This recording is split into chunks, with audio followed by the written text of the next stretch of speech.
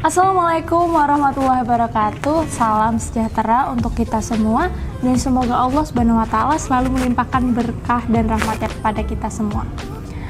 Baik, Bapak dan Ibu, kali ini saya akan membahas nih topik yang biasanya dibahas oleh para pedagang. Nah, siapa tahu ini bermanfaat untuk para pedagang yang sedang memperjuangkan pundi-pundi rupiah nih. Nah, lalu apa sih topiknya?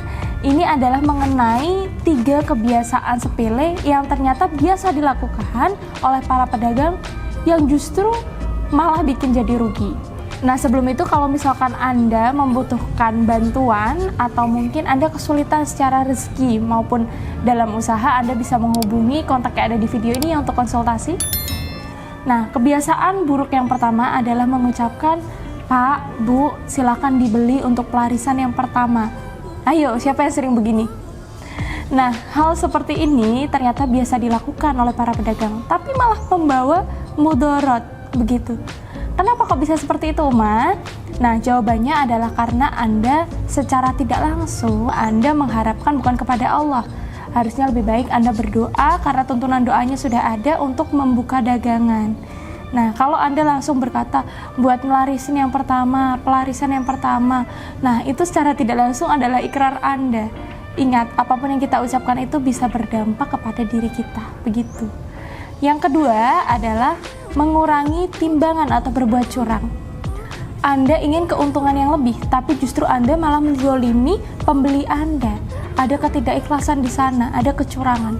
Ini yang bikin tidak berkah. Sesuatu yang tidak berkah itu tidak akan bertahan lama, dan itu sudah diatur juga dalam Al-Quran bahwa ketika kita berbuat curang maka pedih hukumannya baik di dunia maupun akhirat.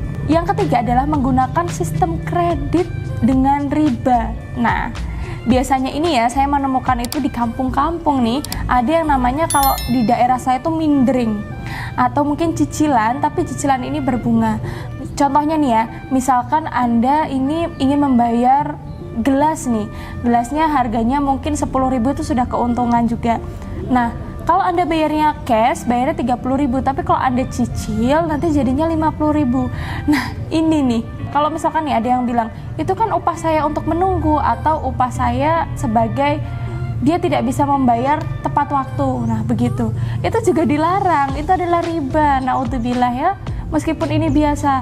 Ingat, pelaku riba baik itu adalah yang memberikan, yang mengutangi, ataupun yang berhutang, atau perantara, semua yang terlibat itu haram hukumnya. Tidak berkah. Ingat, sesuatu yang tidak berkah itu tidak akan berjalan lama dan tidak akan awet.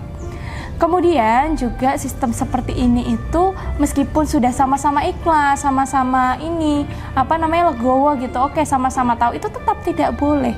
Kecuali kalau misalkan Anda sudah mengambil untung dari awal, yang Anda jual cash saat itu segitu harganya, dicicil juga saat itu segitu harganya, maka tidak masalah. Ini bukan termasuk riba. Begitu ya. Baik Bapak Ibu, sekian dulu video dari saya. Segera hindari kebiasaan sepele tersebut meskipun terlihat biasa. Yang biasa itu belum tentu baik untuk kita. Kalau misalkan Anda kesulitan dalam hal usaha ataupun Anda kesulitan dalam hal karir begitu, silahkan hubungi kontak yang ada di video ini ya. Sekian dulu, wassalamualaikum warahmatullahi wabarakatuh.